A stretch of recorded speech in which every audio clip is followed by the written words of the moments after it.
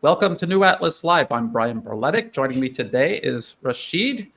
Hello, Rasheed. How are you? How are you doing? I'm doing pretty good, Brian. How about yourself? I'm doing well because I decided not to hold my breath and wait for these talks in Istanbul to yield anything of substance. I wrote them off as just another episode of theater. I was wondering what your take was on that, Rasheed.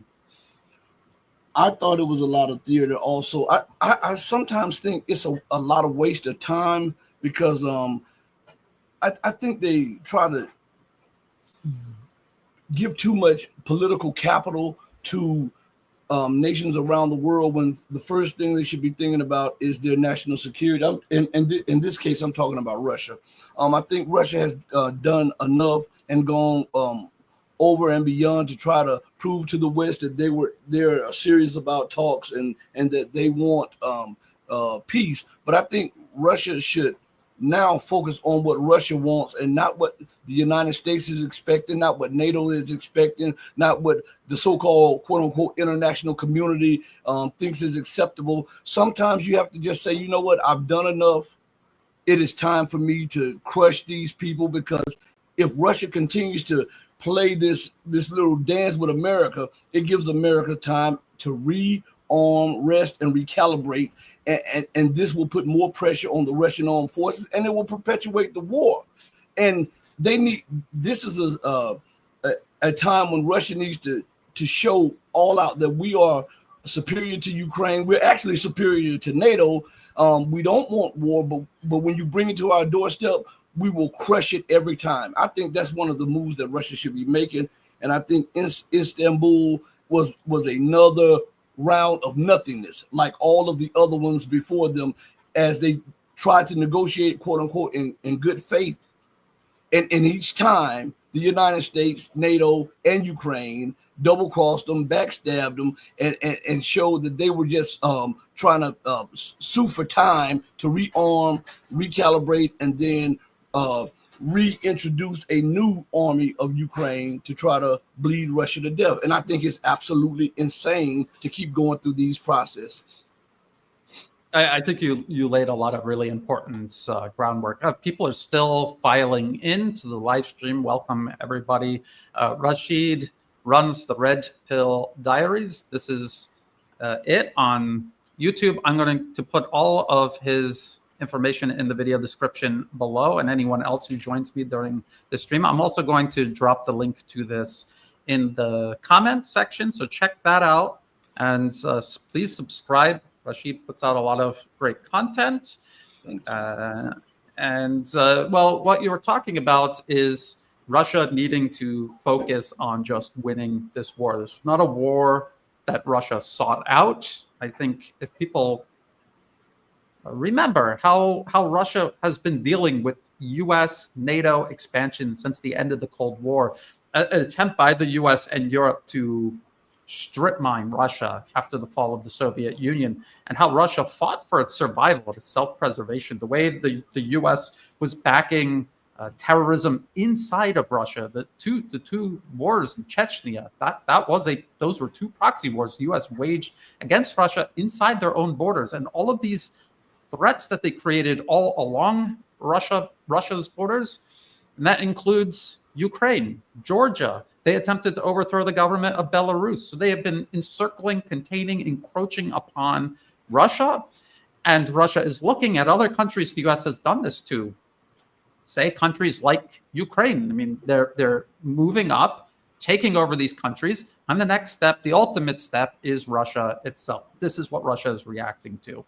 It's very important. And Rasheed, you mentioned all of the deals the West has proposed to Russia. When they run into a brick wall, they always pretend like they want to reset the relationship between the U.S. and Russia. We remember during the Obama administration, then Secretary of State Hillary Clinton literally holding a reset button with Russian Foreign Minister Sergei Lavrov. We've talked about this many, many times. And even as she was putting on this theater, they were already planning to violently overthrow Ukraine and create this national security threat right on Russia's border, aimed directly at Russia.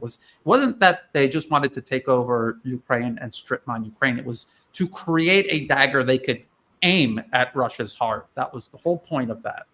And this is what Russia is. Now you said they should just get down to business. And I just want to hear what your opinion is on this, Rasheed. Russia went to these talks. I hope, we don't know for sure. I hope they're just going through the motions. They want to appear to be giving diplomacy a chance. The whole reason the U.S. is doing this in the first place is to portray Russia as an irrational aggressor. And when President Trump has to announce escalation against Russia, they will cite Russia's supposed belligerence. Russia goes through the motions, but these last talks, I believe they said something. This is the rumor. We weren't in there in the talks, but they said something like this to Ukraine. Right now, we're asking for, these regions. We have Crimea, the Donbas region, Kharkov, Zaporozhye. If we leave here and we don't settle this now, next time it'll be 2, maybe 3 or 4 other oblasts that we're taking from you. It's just going to progressively get worse the longer this goes on. That was their message to Ukraine. But does that kind of sound like Russia going through the motions diplomatically, but also at the same time basically announcing that they're done playing games and they're just going to keep grinding on? It's either going to get solved on the battlefield or the U.S. has to pull the plug. These are the only 2 options that I see. What do you think about that? I think that Russia is coming to the understanding that this is the action that they should have taken from the start. They should have taken all of the former Russian regions and then negotiated everything else after that.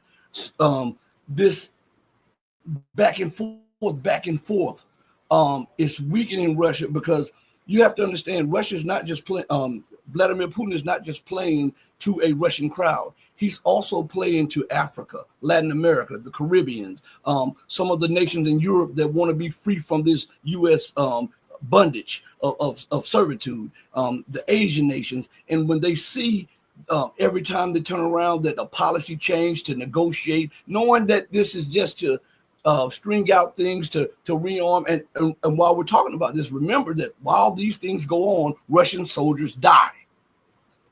Russian territory is bombed, and Russian allies are attacked through the political systems in other countries or whatever, or assassinated. And people are looking for Russia to be more assertive, because it can be. And they should, from this point on, they should meet the United States and NATO head on with any provocations. I think, and I'm not advocating war, but the language of the bully is to show the bully that you don't mind getting hit in the face once or twice, because the person that hits you in the face once or twice will get hit back in the face once or twice. So when America talks about escalation, remember Russia has escalatory dominance across Eurasia and Europe. So if Trump announces which I think is all theater anyhow, the re-escalate entry of U.S. arms and training and all, none of this ever stopped. This is the whole, everybody's acting as if all of this stuff stopped.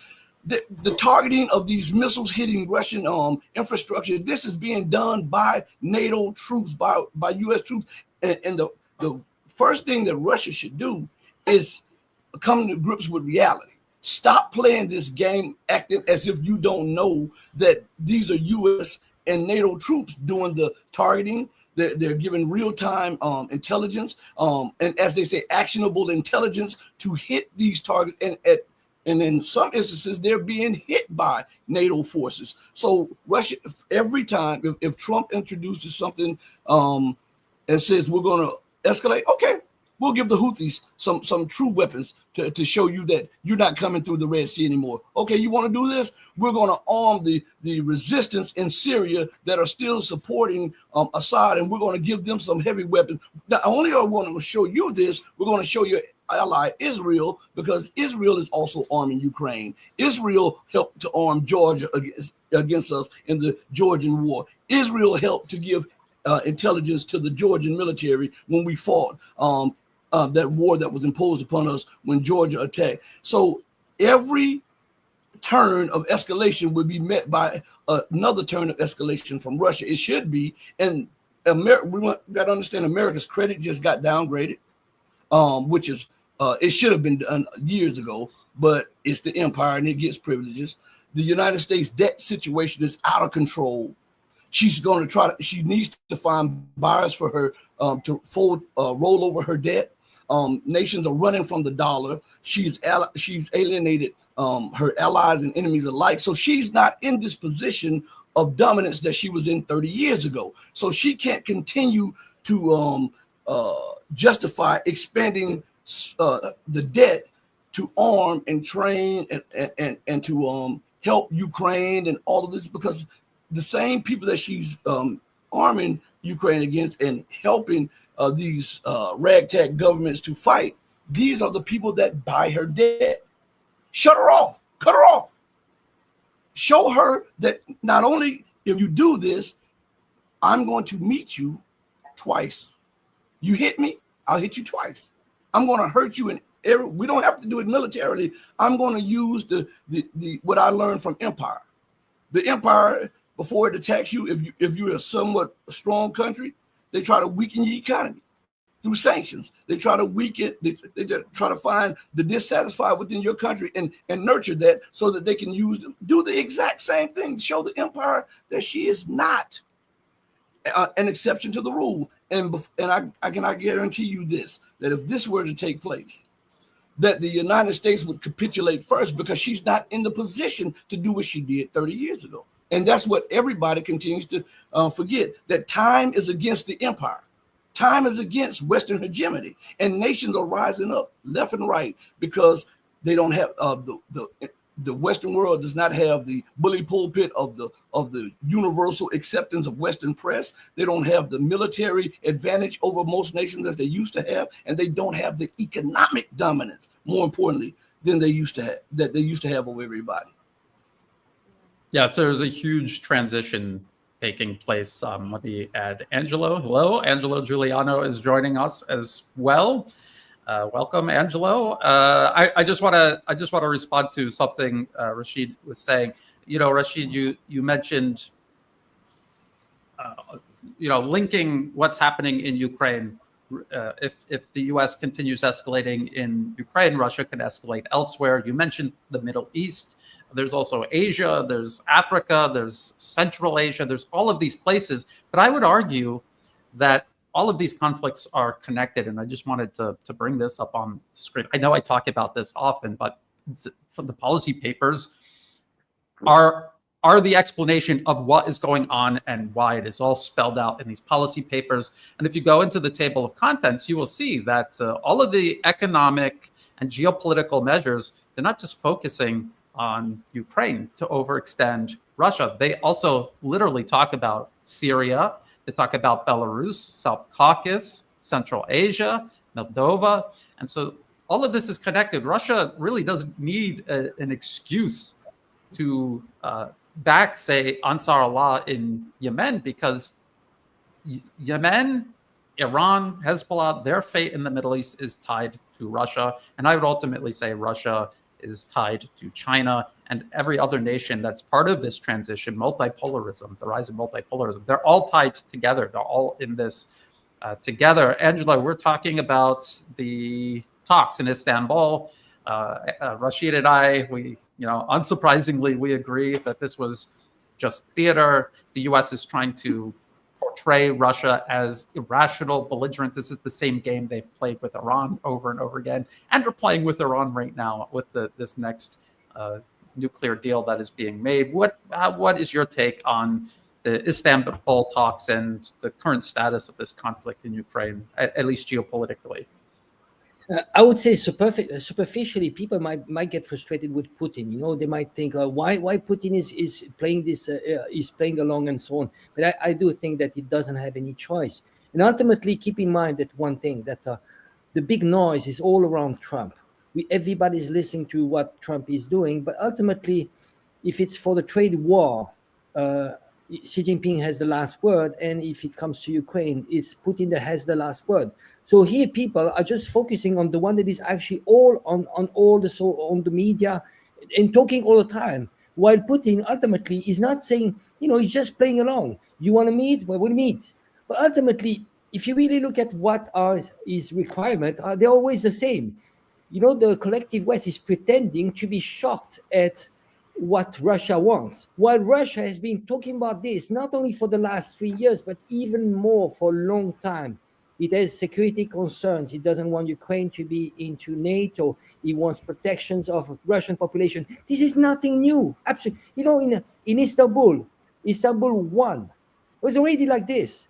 And guess what? Every time it's getting worse and worse. And I would say one of my biggest frustration is that you see a lot of people, they are focusing too much on the short term and they don't look the long-term game. And I would say another thing is that they focus too much on what Trump says. And Trump says absolutely everything and nothing. And they get emotional. People get emotional.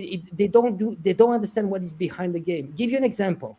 Netanyahu, everybody's talking about the rift between Netanyahu and Trump. This is a clown show.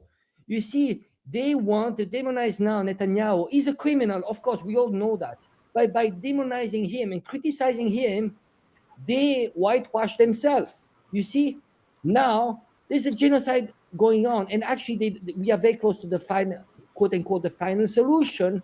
And everybody's saying, well, they were silent for 18 months, and now Macron is saying, oh, it's a crime what is happening in Gaza, and they're demonizing Netanyahu. But ultimately, they're still sending weapons. They're still supporting 100%. Absolutely, they're all in. And people, like analysts, they jump into this and they say, oh, Trump, Trump is actually trying to fight Netanyahu and so on. No, Trump is going along. This is a clown show. And they focus too much on what he says. And it is about confusing people. It is about Europe is the same. They talk, remember, Brian, we talked about this, pretending to ditch Europe while ultimately what they want to do is a division of labor. And I get frustrated because there are lots of analysts that I actually respect a lot, but they're doing the 20, we're criticizing the 24/7 news media, CNN. They jump on any information. And actually you want to cover the information space. That's what they do. And jumping into this news media that actually is nothing. It means nothing, because one day says that, one day says the other thing, and they're trying to decipher what in reality you need to go back to actions and not words, and you need to focus on the long-term game, not the short-term game. And that's my frustration. So when it comes to Istanbul, I agree with you guys. There was a clown show, but I called it from the first day. From the first day. Why do you think Zelensky is pushing for Putin to go there? And people, until the last minute, people, the actually respectful analysts, that they would say, oh, maybe Putin is going. Even Lula, this is a clown. Lula said, oh, Putin, you should go. Are you out of your mind? You don't go there. When you have those meetings, you need to have lower level meetings first. And actually, the ultimate meeting between Zelensky and Putin, you should have an agreement. That would be just the signing. And here, it's not a peace agreement. This is this is the end of the war, and that's the defeat of Ukraine. That's what will happen. So Putin is going along.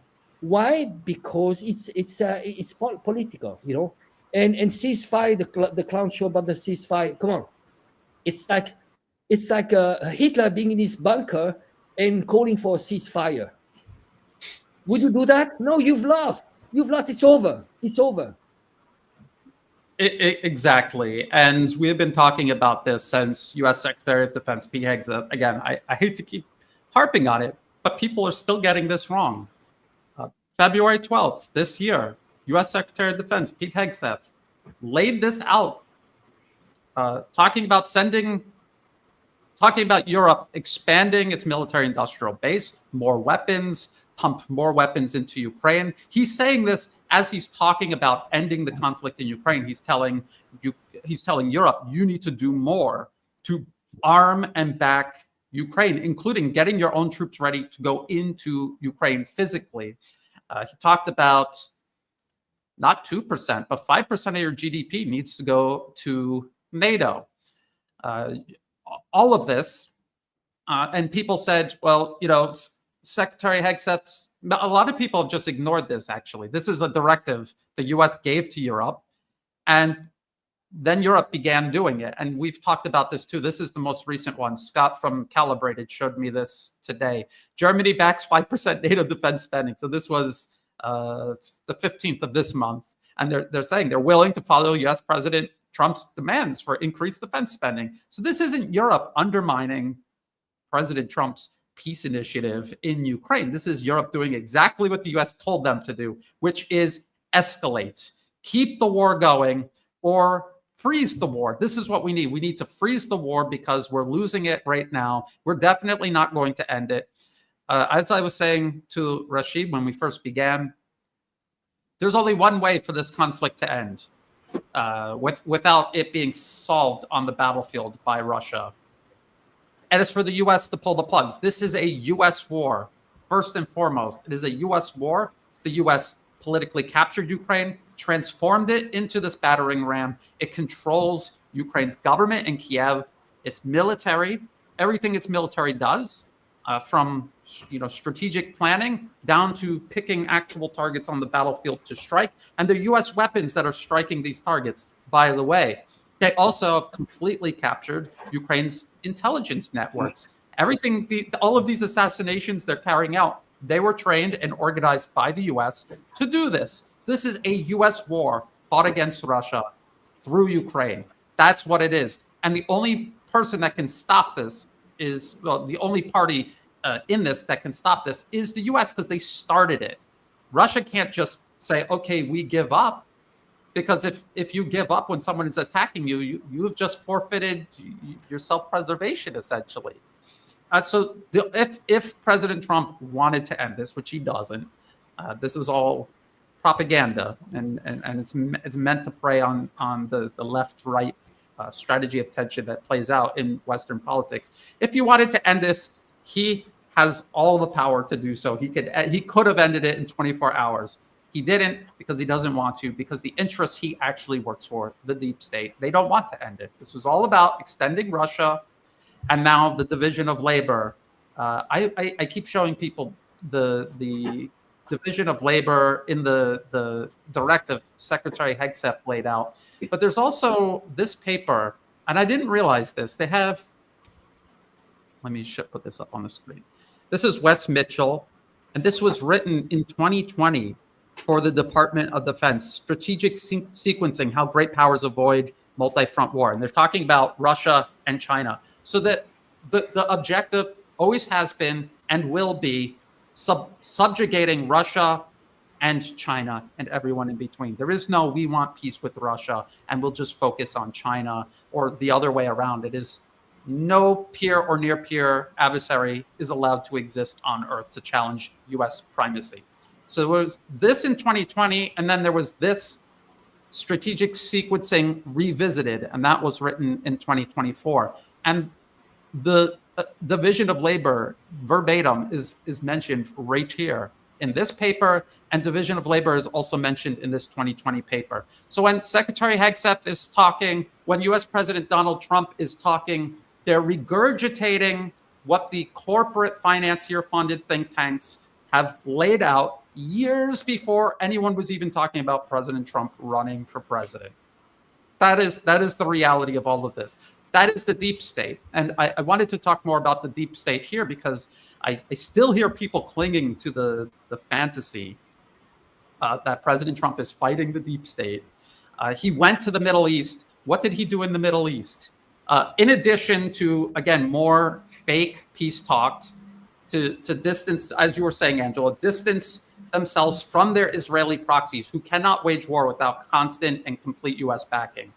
Because they're going to have Israel do their dirty work, and they want to wash their hands of it and look plausible deniability.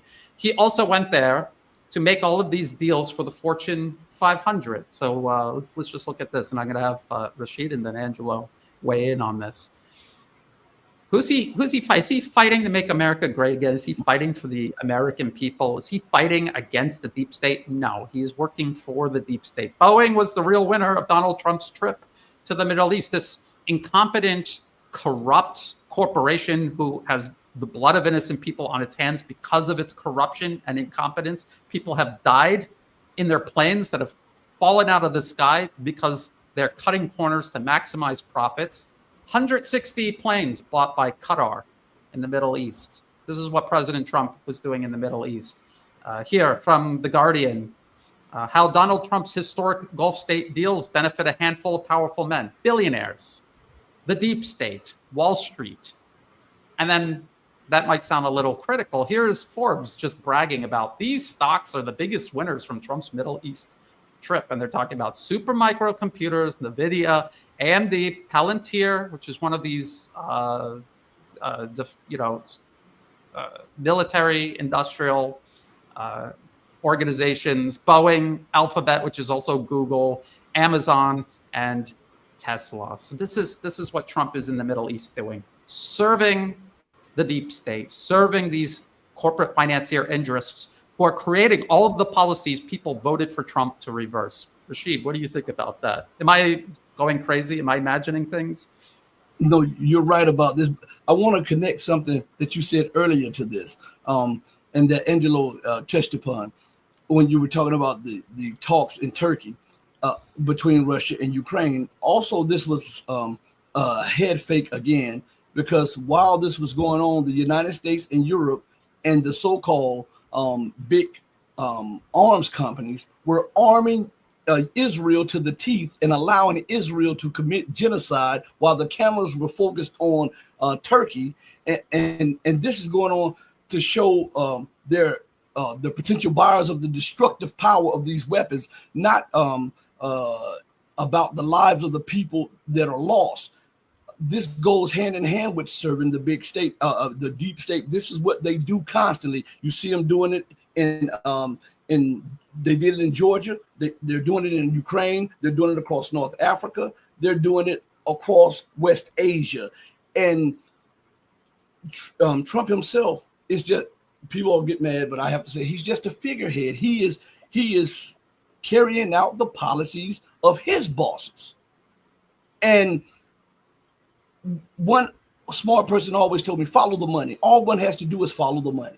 Follow the money trail and you'll see. Look at the policies on the money and you'll see who is benefiting, and then you'll see the real intent of that person in power. And we look at these big money deals in the Middle East. It's not to preserve Middle Eastern peace. It is to enrich a few billionaires. And who would have thought that it would be different under Trump when he is a billionaire himself? To become a billionaire, you have to make connections with governments and you have to make connections with other rich people. And so if that is a privilege that you enjoy, it's like innately it's in your head to preserve your wealth preservation. And how do you do that?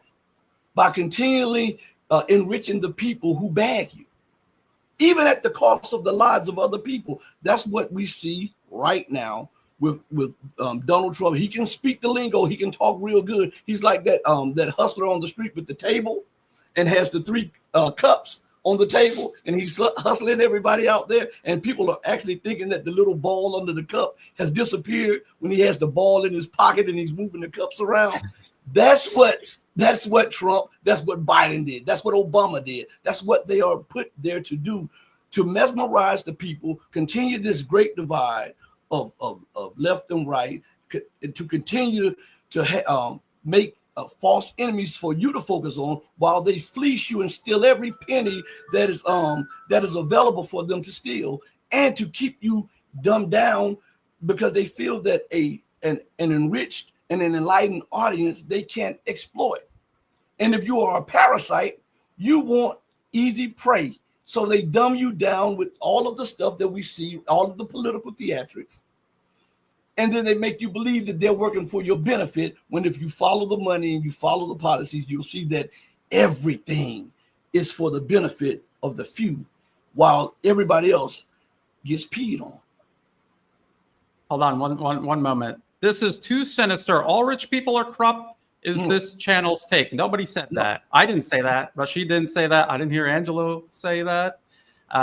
What we're saying is corporations like Boeing, which are verified criminals, they are off the chart criminals. They are enriching themselves at the expense of not just people's health and well-being, their actual lives. They are organizing policy that is destroying entire countries, wars. They are the interests that fund these policy think tanks that draw up the blueprints for all of these wars the US is waging all around the globe. So there are specific, and we are naming names. I said Boeing, there's AMD, NVIDIA, Palantir, Google, Amazon, Tesla. These are the ones involved right now in the Trump administration. These wars that are going on, they're the ones that are benefiting from this. They're refusing to speak up against any of it. They're the ones engineering all of this, together with many other corporations like this in the United States. We have talked about this over and over again on this channel. Each one of the people you see on the screen right now, we've talked about how corporations, organizations, banks, industries are supposed to serve the interests of their nation. They're not supposed to parasitically feed off of those nations. That is what the interests in the US and Europe do. And this is in stark contrast to what they do in, say, Russia or China. And that's not to say that everything in Russia and China is perfect. There's no corruption. But in Chinese law, a business has to, as part of its business plan, prioritize social well-being over the pure pursuit of profit. Because if all you do is just pursue profit at the expense of everything else, it not only costs the peace and prosperity and the lives of other people, it's not even in your own best interest in terms of self-preservation. It's unsustainable. This is what has happened to empires all throughout human history. So I just wanted to respond to that.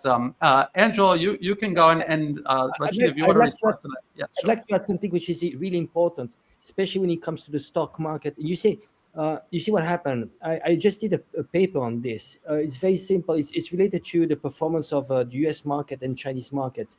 In reality, the Chinese market outperformed the US market. Why? Because you have lots of big corporations in the US which have actually are monopolistic. So there's no actually free competition. So in reality, in many ways, the Chinese market is much more a free market than in the US, because they put the relationship between the parties and those big corporations, they put themselves into a position where they have free lunch. I give you an example. Tesla is the first EV company in the US. Why? Because there are subsidies, and also because all the foreign competition is cut out of from the US market, especially Chinese cars. And what they do is that they allow monopolistic companies that, once you have the monopoly, you actually can have huge margins. In addition to that, that's why, like you have pharmaceutical companies, they're on the free lunch. They don't need to compete. They have the only product, and they set the price they want. And the government is not pressing for lower prices. Now there's a clown show. He's saying he's going to lower the price. I still have to see that. But you see, the problem is those cooptation. They control completely the politics, and it's all corrupt. But the difference here is that they have renamed corruption. What would be named in Russia and China corruptions, you call it lobbying in the US. And there's this revolving door. Why do you have all those politicians? They come in politics, they have less than $1 million worth, and they leave and they have $200 million worth. Nancy Pelosi. I mean, look at those guys. And the Trump administration, in his team, there are 13 billionaires. And they gave this Doge thing. You see, at the beginning, they say, we are going to save $1 trillion and so on. See what they did exactly. Did they reshuffle? It's nowhere near what they said they were going to do. And actually, it's just cosmetic. In reality, they're shifting those contracts from some NGOs they didn't like to their own, mafia, PayPal mafia, Peter Thiel, all the friends of Elon Musk and so on. And that's even more corruption. And ultimately, I would say what is behind this is even further control. The thing is that this is going to further control by who? By big corporation. So you take away from the states and you give those big corporation. And you give them really the powerful tools. And in addition to that, they'll get access to assets, assets that are productive, that actually make money. And the state will be left with whatever doesn't make money.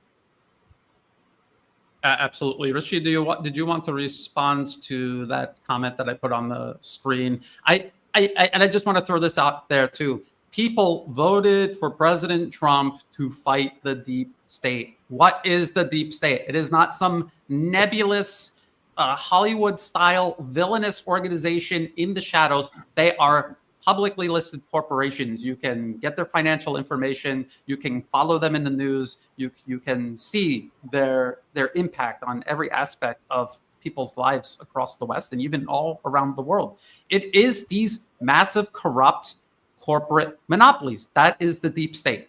Trump is openly, obviously, eagerly, enthusiastically serving the deep state. He's not fighting against it. Rasheed?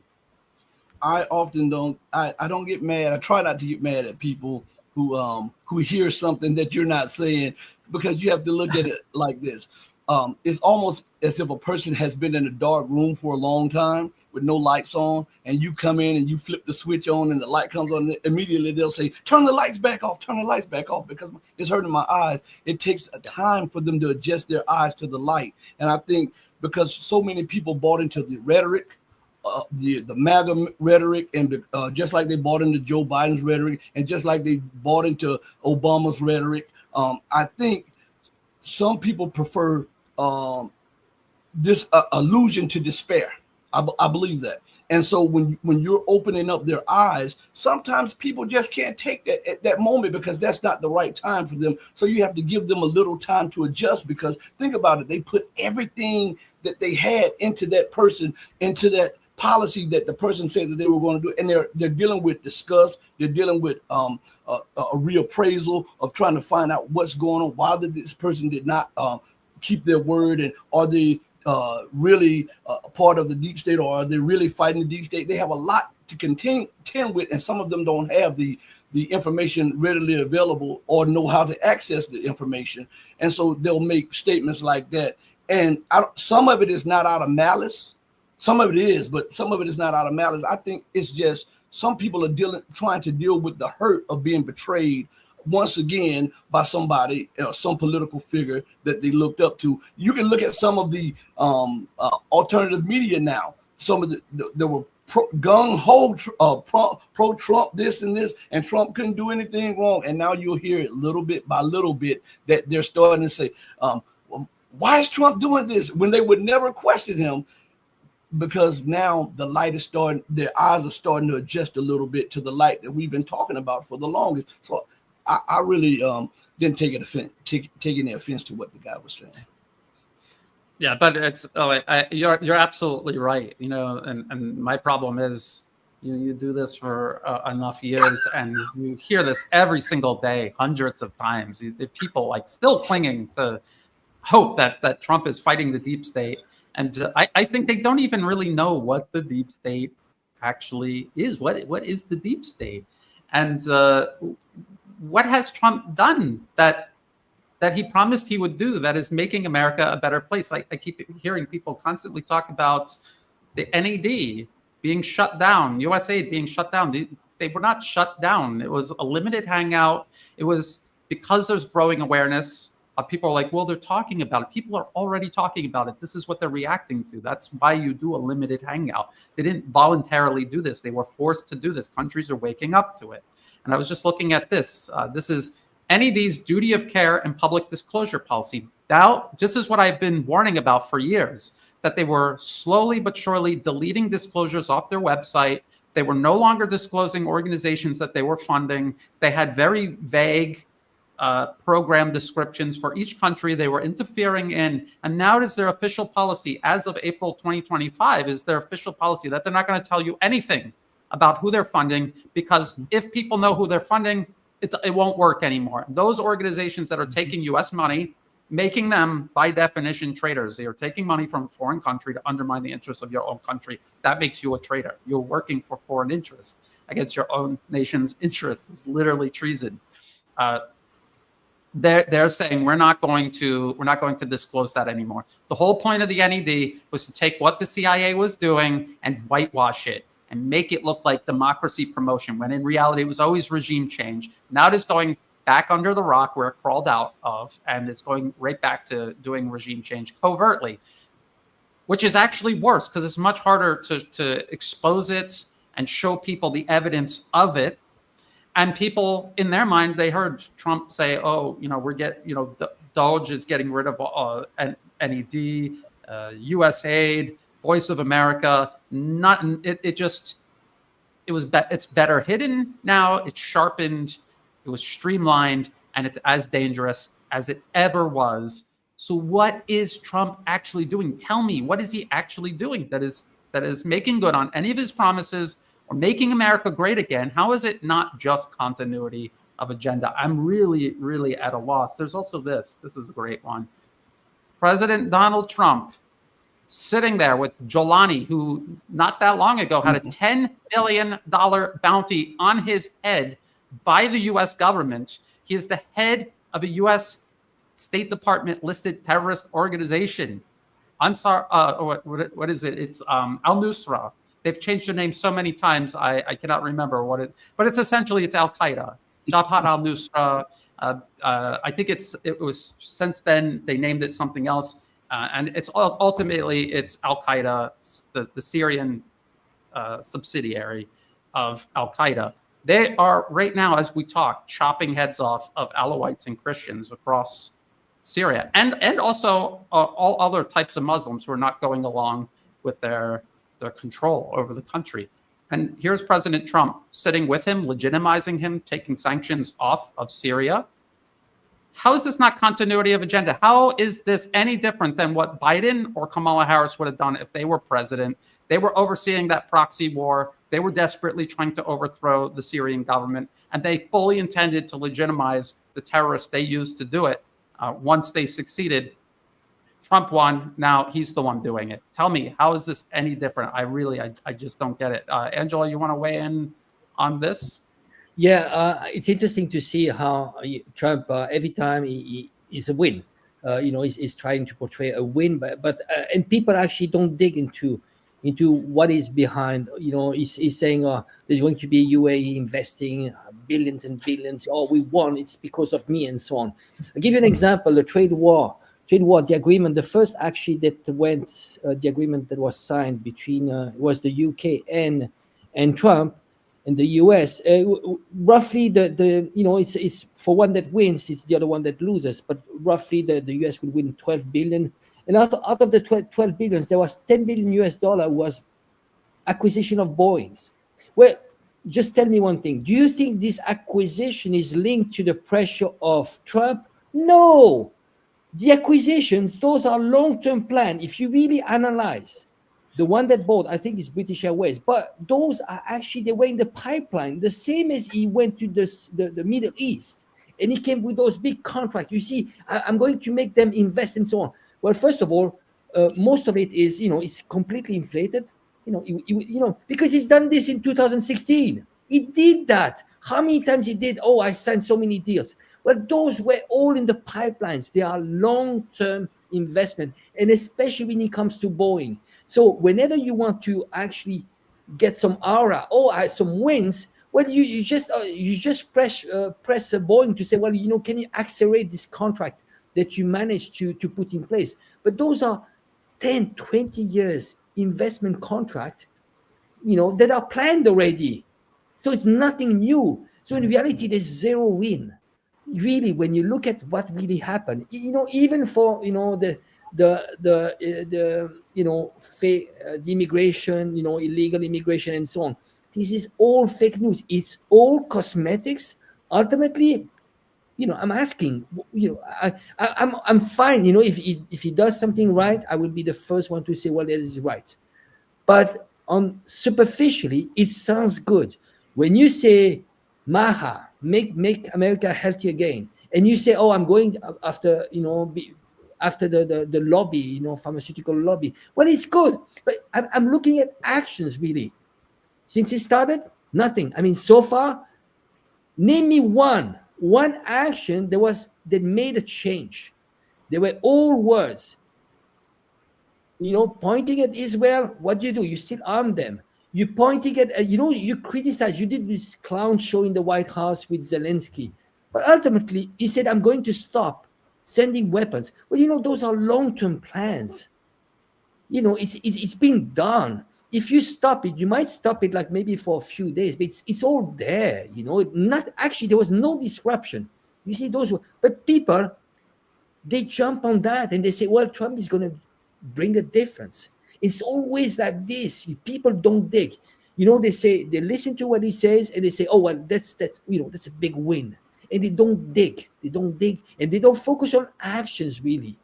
Ultimately, it's about confusing people. Sometimes, did you see actually the interview he had when he came to China? In reality, China did a backtrack. China states pull. And actually, the humiliation was for Trump. And I'm not pleased to say that, but there was a reality.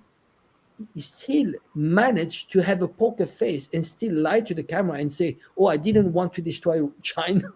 Well, believe me, if he could destroy Chinese economy overnight, he would. But it was more painful for the US economy than for the Chinese economy. Mm-hmm. Yeah, and we have to kind of wait and see where that goes, because the US is never going to accept this. They say constantly, the politicians in Washington say this, the corporate-funded think tanks constantly talk about this in their papers. They cannot accept China surpassing the US. It's unacceptable, and they're willing to do almost anything to prevent it from happening. So this didn't work. What are they going to do next? I don't think they're even going to skip a beat. I just wanted to show this because, Angelo, you were talking about pharmaceutical. This is to your point, Angelo. President Trump says what people want to hear. If you just stop and think about it for just 5 seconds, just think about what he's saying for 5 seconds. Trump's order on U.S. drug prices. What's in it? How will it work? This is the BBC. Of course, they're being critical, but we could have looked at President Trump's own post on this on his social media platform, Truth. He's talking about making America most favored nation status. These are U.S. corporations. They are based in the U.S. And the reason they have to sell their drugs cheaper to say here in Thailand, because the government here nationalized pharmaceutical production. And they told these corporations in the US, if you do not drop the price, and you can't be trusted to do it, so what we're going to do is we're going to manufacture the drugs ourselves.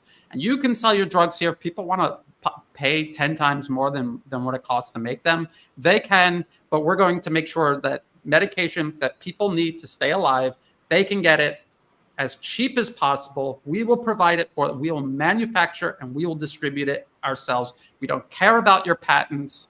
And if you want to sell medication in Thailand, you need to drop the price or you're not going to make any business here. We are not putting people's lives under your desire to constantly expand your profits. That's how Thailand did it. That's how India did it. That's how a lot of countries have done it.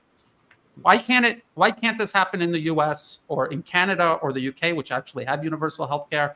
Why can't they do that there? Because they won't stand up to the pharmaceutical corporations, because the pharmaceutical corporations are part of the deep state that controls the collective West. They will not allow it. It will never happen. So President Trump is just posturing here. He's just pretending he's going to fix it. Nothing in what he has said is an actual solution. The solution is nationalize pharmaceutical production. President Trump will never even say that.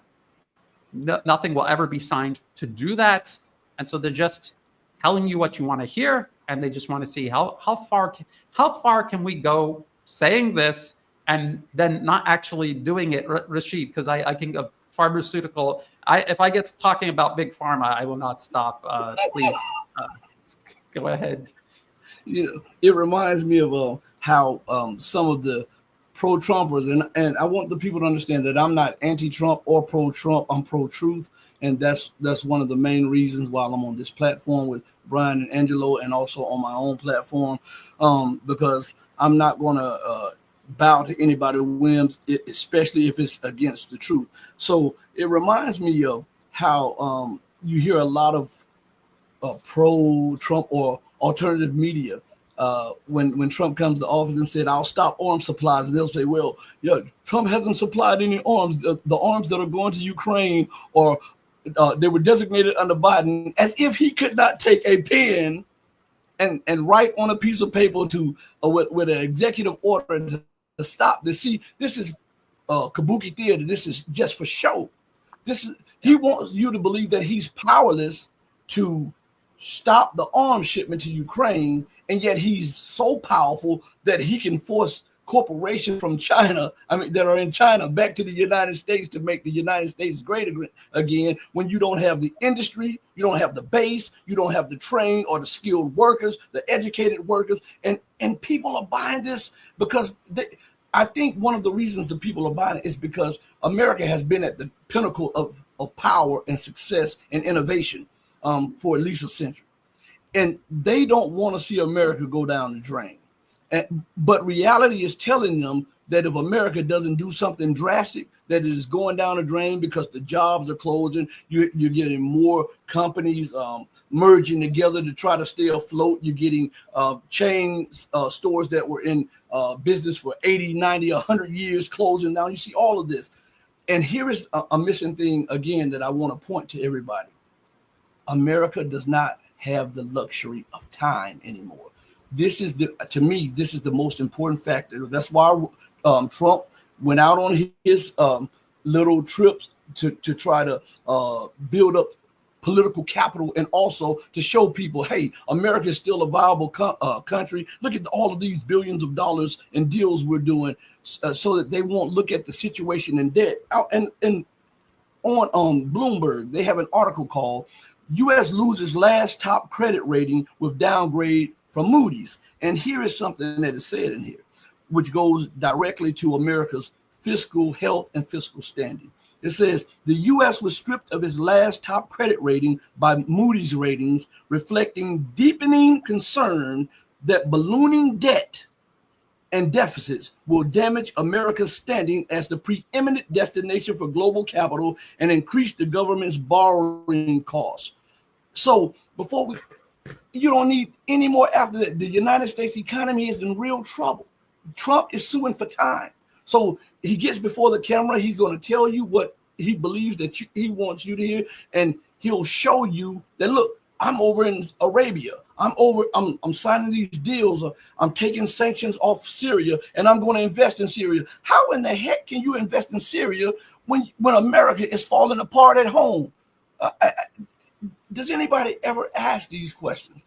And as you say, Brian, that people sit and think that the deep state is something hidden behind a curtain, and they don't realize that the deep state are these companies that lobby Congress, that put their political money in candidates and run these candidates and all of these, and then they put their people in all of these institutions so that they can affect policy regardless to who is in office or whatever. And I think because America no longer has the time, and because the economy is devolving, I would say, at breakneck speed, I think desperation is starting to set in. And I think this is why you see the president, the highest official of the land, to go out to try to build up a little political capital and to show the people, listen, we got these deals coming on, because remember, they have to sell some debt coming up. So they have to show the world, listen, we've made these deals here and we're making other deals.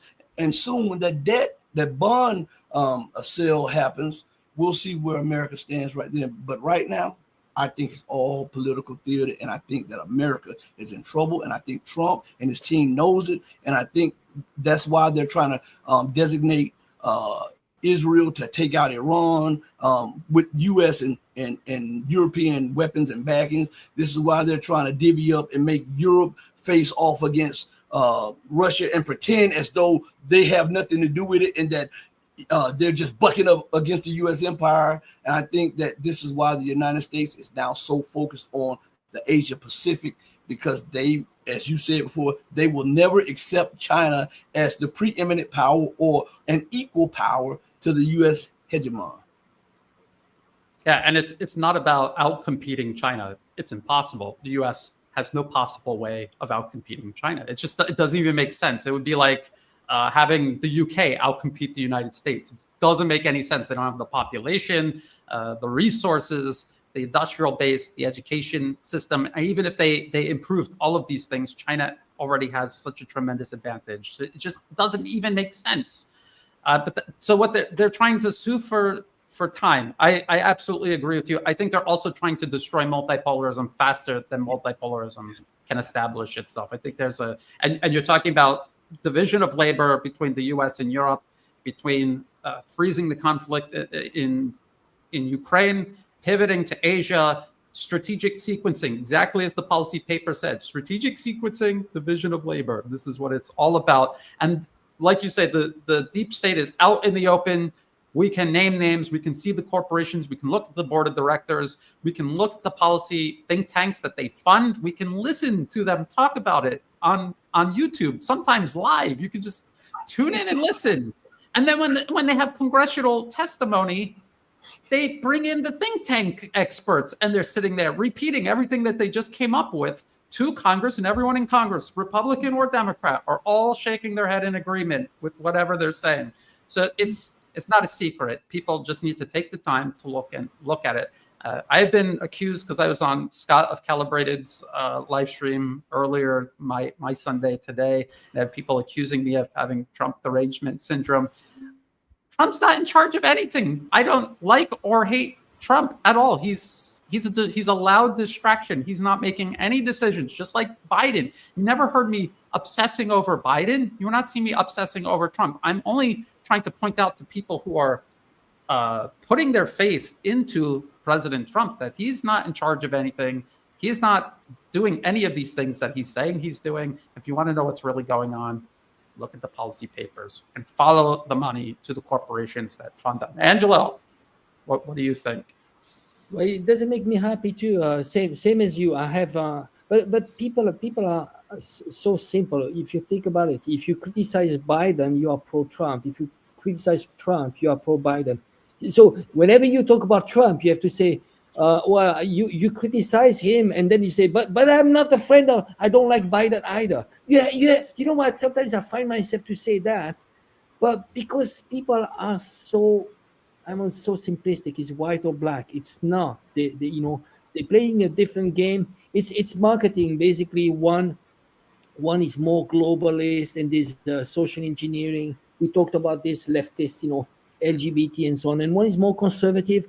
So basically, you appeal by having this figure, Trump. And I see that a lot, why there's a huge support of Trump in Europe, because people, they've been so upset about this extreme, social engineering, that Trump came in, and it was an appeal to conservative voices. And what he did, Trump, he started criticizing the EU as being, a corrupt entity, which it is. But in reality, it doesn't mean it. What he wants to get is popular support. So when Trump is saying, "Oh, I'm against globalists," well, he's not. That's part of his strategy. He needs globalists. He's not. It needs to be, when he says, no, people are, they want to go back to sovereignty. And we all agree, sovereignty is important. Every single nation should be sovereign state and should be self-sufficient. Globalism has killed, many countries around the world. Why the global south is still has been contained was because of globalism. You just make sure that they produce low added value product. You keep them poor. You starve them. There's a debt trap and so on. And when he criticized that, people, they think, oh, maybe he's my friend, Trump. And he's not, because ultimately he's going to look at his own interest, not even the US. You see, what I'm saying is that I'm not even against the US. I'm not. I wish so much the US would be so much better. But in reality, we have a common enemy is the 1%. That's the 1%. And those people, imagine if you're a billionaire like Elon Musk and all this mafia, do you care about your passport? You don't. You don't. You can buy 10 passports if you want. They're not attached to the US. You think Elon Musk is attached to the US? Well, yes, because the US is rich because of the US. His contract came from subsidies at the military industrial complex. And because they put him in a position of monopoly. But otherwise, he'd be doing nothing. Look at the money. Who was behind the money he got? So in reality, what we have, the biggest enemy is the 1%, and that's why you see when you look, why Putin is an enemy, because Putin at some point, and Russia is not perfect, neither is China. I'm not even saying that China is perfect, but Putin, what he did once was to have all those oligarchs to sit around, and he said, from now on, I'm not going against the money you accumulated illegally.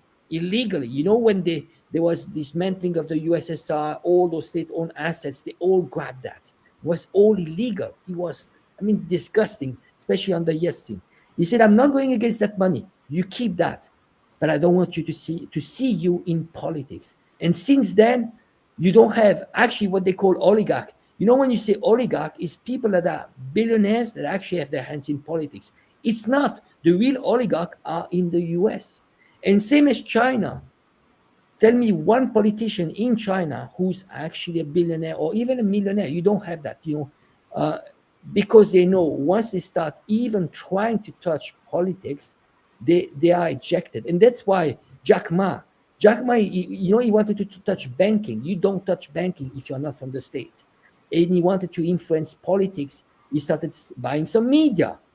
He wanted to replicate what is done in the West. Jeff Bezos buying the Washington Post. And you don't do that in China. You don't. He was stupid. He wanted to start his own bank, can you imagine? And starting to buy media so he could start influencing people.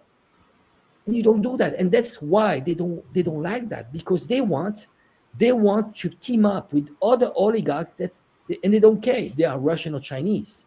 But ultimately it's going to be more like WASP, like Anglo-Saxon and so on. They prefer that. I don't think they'd like to have more Chinese than white guys. But I think there's some racists still behind this. But ultimately, what actually unites them is the class, is their class. And what people are completely confused, and what makes me so sad is average Joe in the US is working hard, is extremely poor, is a paycheck to paycheck, is struggling, and is worshiping billionaires, is worshiping Trump and Elon Musk. I do understand that you are, when after Biden, you could vote for a goat or a dog or a cat, because anything else could be better. But you cannot worship. You need to gain some more consciousness. You cannot worship billionaires, and billionaires are not going to clean up the government. Corruption, because they are the corruption. Imagine you asking a gangster to run the police. That's what they're asking. Yeah. And I will be accused of being a communist because I speak ill of Fortune 500 corporate monopolies in the U.S. that are doing demonstrable evil to everyone in the United States. Like, people are suffering in the U.S. because of these corporations, and they'll sit there. And this is the amazing thing about the U.S. political system: how they have trained Americans, at least a part of the population, train them to be adverse to holding corporations accountable. So, like, when I talk about pharmaceutical corporations, nationalizing pharmaceutical production, people will say that's communist, that's socialism. What they already do this in the United States. They socialize all of the risk, they privatize all of the profits. So there is definitely socialism taking place in the United States. It's just a perverted, exploitative, parasitic version of it, where state money bails these corporations out, and when they profit and they succeed, they keep all of that to themselves, and there's no obligation, they have to the country that they are operating in and extracting wealth out of. And so what you're doing is you're defending that, when we could have something in the middle ground, where a corporation, if you're going to, people don't know this, pharmaceutical corporations, almost all their R&D is funded either by public money or even charity, and they scoop up things that are being developed when it's almost ready for market, and they just bring it to market, and that's costs that they have to cover. That can all be done by the state. The state could do all of that. They're already doing it all the way up until it gets scooped up by the pharmaceutical corporation. They could nationalize bringing it to market also, because they have done that. They've done it here in Thailand. They've done it in other countries. It could be done in the United States. So people always ask me, Brian, you're always complaining, what can we do? These are the things you can do. And stop putting your support into one of two controlled oppositions. The Republicans and the Democrats are two sides of the same coin. They both serve corporate financier interests. They do what they tell them, and they do it for their interests at the expense of everybody else. Stop paying into that. Stop falling for it. Stop paying your time, your energy, your money, your attention into that, and start investing in something like multipolarism. Start talking about and organizing around these principles, where industry is utilized for the best interest of a country, not a handful of parasites.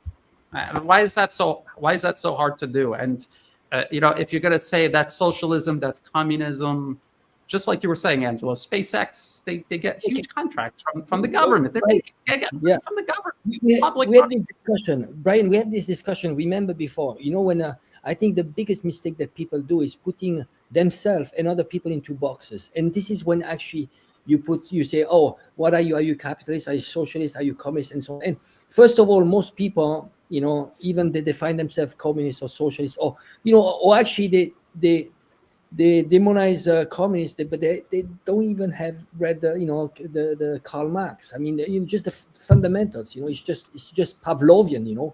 The dog of Pavlov. It doesn't even think. There's a saliva, but it doesn't even think.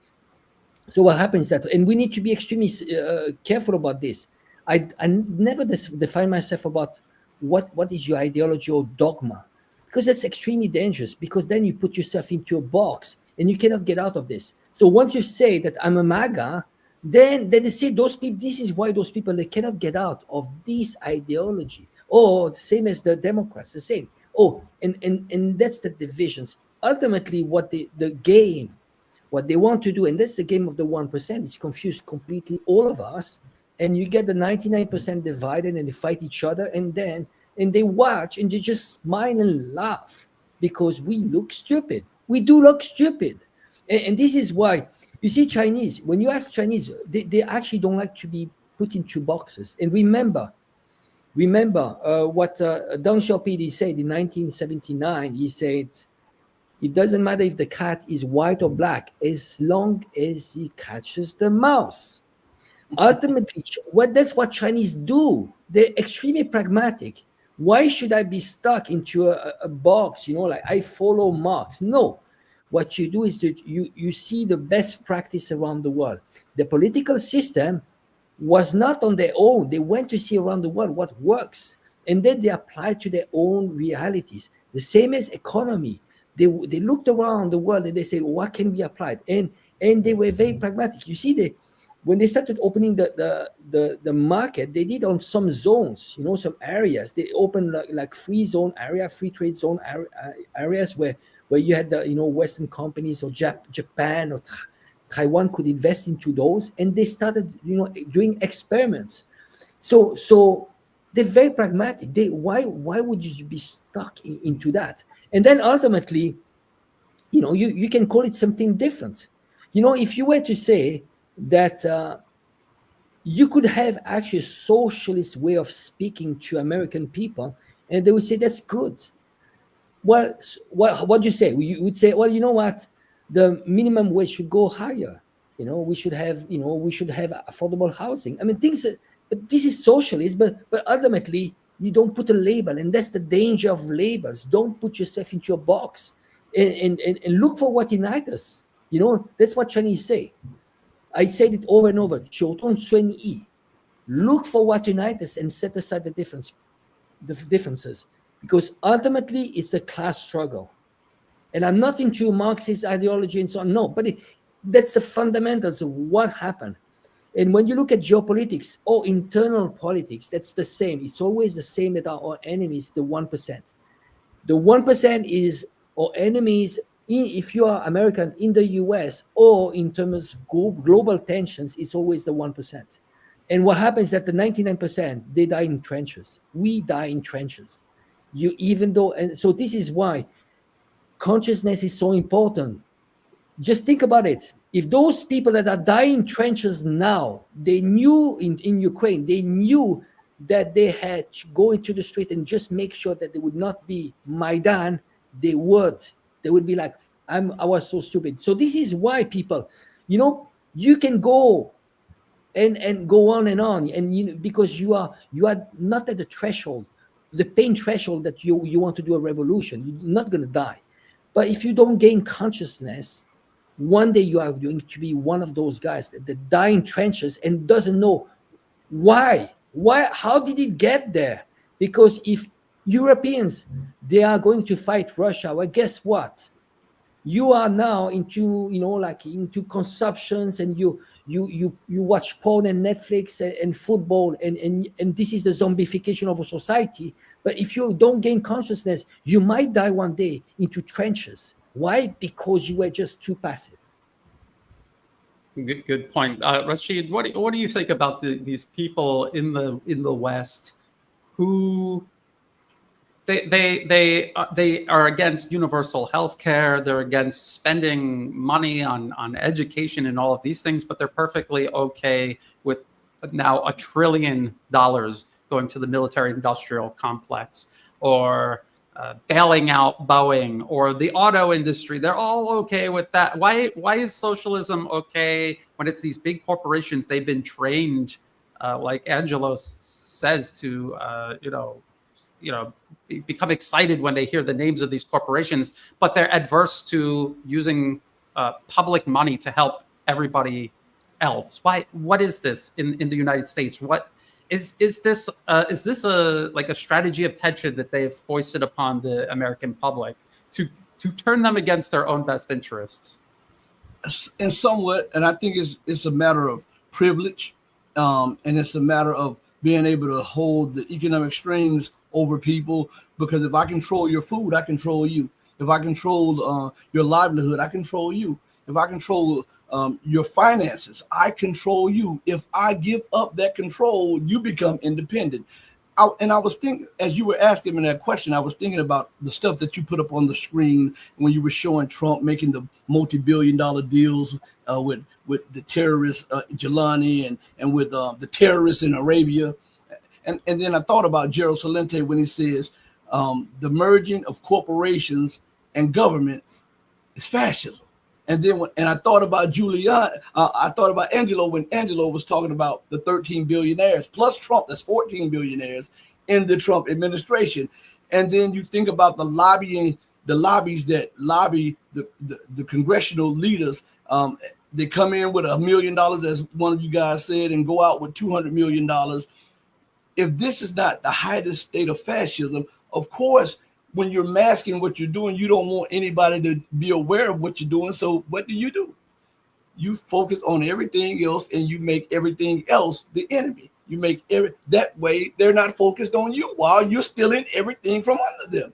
And I believe the system is set up so much like that it is forced to. That's why it's imploding right now. Because, I hear often in the markets, and this is a sidebar, I hear in the markets when they say a correction is due, or they say the markets must have a correction. People, do you understand? If there is no wrong in it, if it's wrong, there's a correction is needed. If the markets are right, if the financial system is right, there is no need to correct it. All right. So when we're looking at the system of America, there's a great need for correction because there's so much deceit, pillaging, robbing, financial raping going on. So the people that are doing that they want that to continue in perpetuity. But the problem is that it can't, because you're dumbing down the system, and you're dumbing down the educational system, which is the base for any society to progress into the future. So if you dumb down that class, you're actually killing your society in the long run. And these people who are against any help for the poor people, but they have nothing to say about when they issue out all of this money for farming, which we need farms, but these corporations, they go belly up. Remember during the pandemic, the same people who caused the pandemic got trillions of dollars in bailout, but to keep the people from rising up, they gave them a few $1,000s. This is how they mask their robbery. This cannot go on in perpetuity. And I believe that they understand this. So what they're doing now, they're going to try to get as much as they can from as many people as they can before it tanks. Well said. Very well said. I'm going to go into the questions. There's something else I wanted to say in reaction to what you said, Rasheed, but it's been a long day here. Let's just go into the questions. Maybe it'll come back to me. Let's see here. Let's go. John Helmer says Putin is pro-Israel. Is that true? Is America destroying Israel? Maybe one day Israel will break with the U.S. You have to understand, a country is millions and millions of people. It's not one homogeneous entity that you can categorize and describe with absolute certainty or in absolutes. So Israel is a group of people, all is artificially created in the middle of the desert. They just plopped it there. They did it specifically to create a sort of geopolitical forward operating base in the region. It was the British Empire first, the United States second, has used Israel as a proxy, just like they're using Ukraine. Russia, China, all of these countries, they don't have any sort of just natural animosity towards Israel. They have ties, diplomatic ties to Israel. A lot of people in Israel are from Russia. They're Russians that moved to Israel. And so there's a relationship there. And they might not agree with everything that they're doing, just like they don't agree with everything Turkey does or Saudi Arabia does, but they don't want to burn bridges because they know someday in the future, because Israel is not the black capital of this global empire. It is a proxy, just like Ukraine. And they understand that what is being asked of Israel is not in their best interest. And one day there will be the opportunity to win them over, just like all of these other countries that are slowly working their way out from under U.S. hegemony and into multipolarism. So they're going to keep the door open. They don't want to burn bridges. I think that's the easiest way to describe it. If you guys have anything you want to say, just jump in as I'm pulling up the next question, just start talking. This is a good one. What do you think of the U.S. military pullout of Yemen? They didn't pull out. They were openly waging a military campaign against Yemen. They're running out of weapons. They could not establish air superiority over Yemen. They were using these MQ-9 drones that were being shot down. And the Ansar Allah were targeting U.S. warships. And at least one occasion, an aircraft carrier taking evasive maneuvers lost an F-18 warplane off its deck because of Ansar Allah anti-shipping operations. So it's becoming costly, wasn't going anywhere. And so what they did was, as they're playing this game of theater, putting distance between themselves and Israel, they just told Israel, you take over. They're still supplying all of the intel to Israel. Israel doesn't have the intel capabilities the U.S. has. They're providing them all of the information, targeting and everything else, and the weapons, of course. And now it's Israel taking out these ports, other infrastructure that the U.S. would look bad taking out. Israel's their assigned villain. They're the ones doing it. So technically they've pulled out, but not really. They've been there. This has been on and off for years. This all began with a U.S. engineered regime change operation. The Arab Spring, remember, that was all engineered by the U.S. and it targeted Yemen among many other nations in the region. And this has been a constant conflict ever since. So just keep all of that in mind. This was just temporary, and it was because the U.S. has limited resources. Remember Secretary Hegseth in Brussels talking about the reality of scarcity. And Rasheed was this is what I wanted to talk about. Rasheed was talking about you're dumbing down your population. You're not investing in your human resources. You're not taking care of poor people. Poor people are valuable human resources. Look what China is doing by investing in their people, infrastructure, education, healthcare. Look at what it has allowed them to achieve. And now the U.S. realizes we want to wage war against all of these countries. We don't have enough weapons. We cannot build the factories. We cannot find the people to bring in to work in these factories. Everybody, we dumbed them down to get control over them and to rob them blind. But now they're not capable of building the advanced weapons. We need to clobber these other people over the head. So it's very complex. Everything is connected. We have to keep an eye on Yemen because ultimately Yemen is about isolating Iran.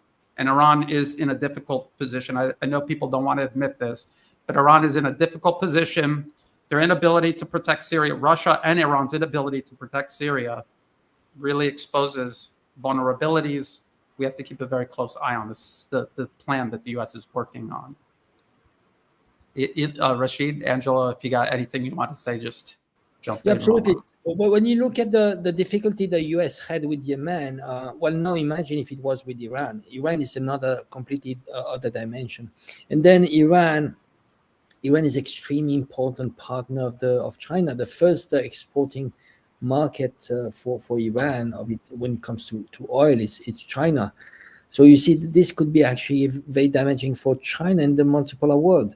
I would say that we need to be extremely careful when it comes to Iran. If there was a retaliation, if there was an attack by Israel and the retaliation by Iran, I'm afraid that there's the possibility of using the nuclear bomb. If there is one place in the world, I'm not too much worried about Pakistan, India, and so on, but I'm afraid that I would say Israel would use it.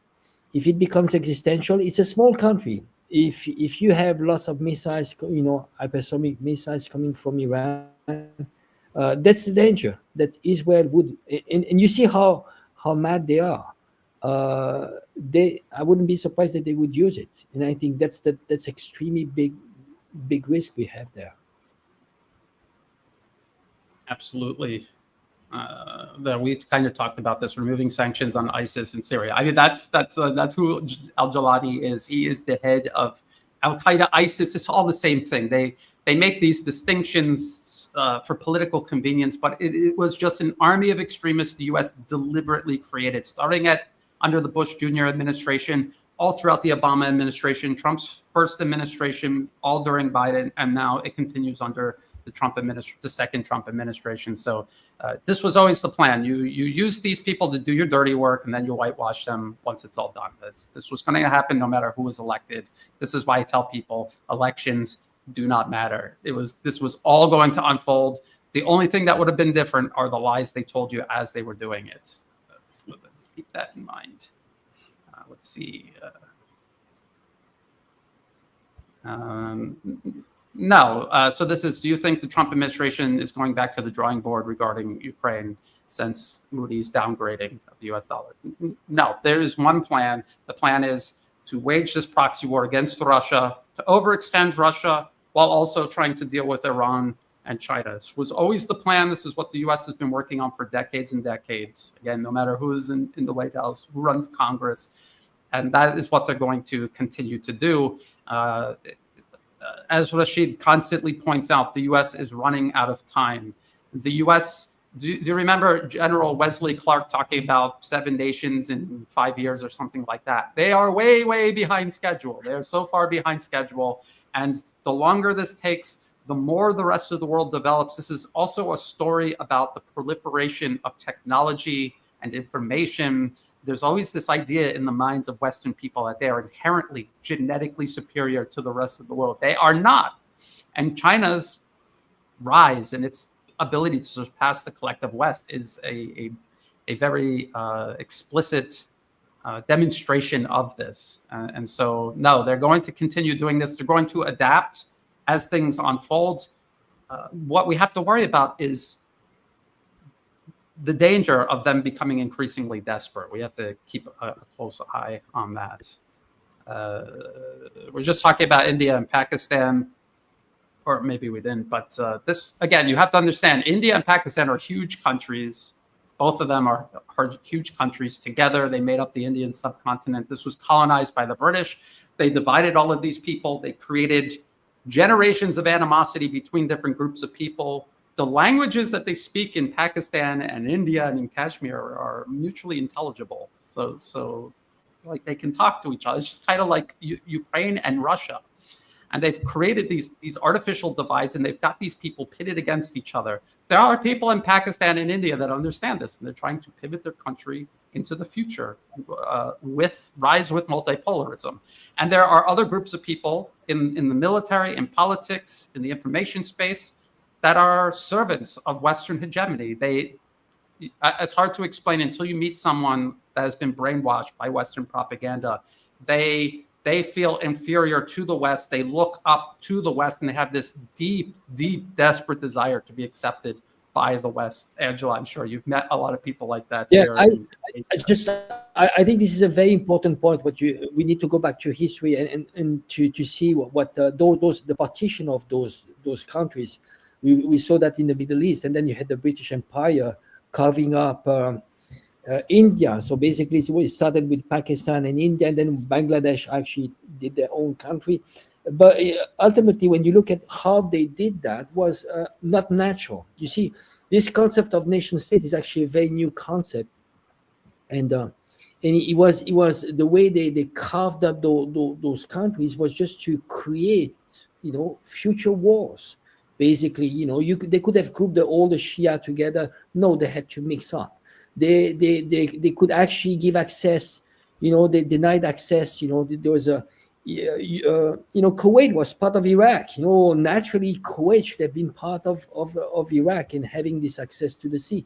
So they did it on purpose. And in addition to that, keep in mind that Israel, the purpose of Israel was always not for the Jewish people, to protect the Jewish people. That's the Hollywood narrative. The unique purpose of Israel was to be, a huge army base for the U.S. interest and to divide all the Middle East. Actually, all the Arab nations, in reality, was to divide the Levant and the Maghreb.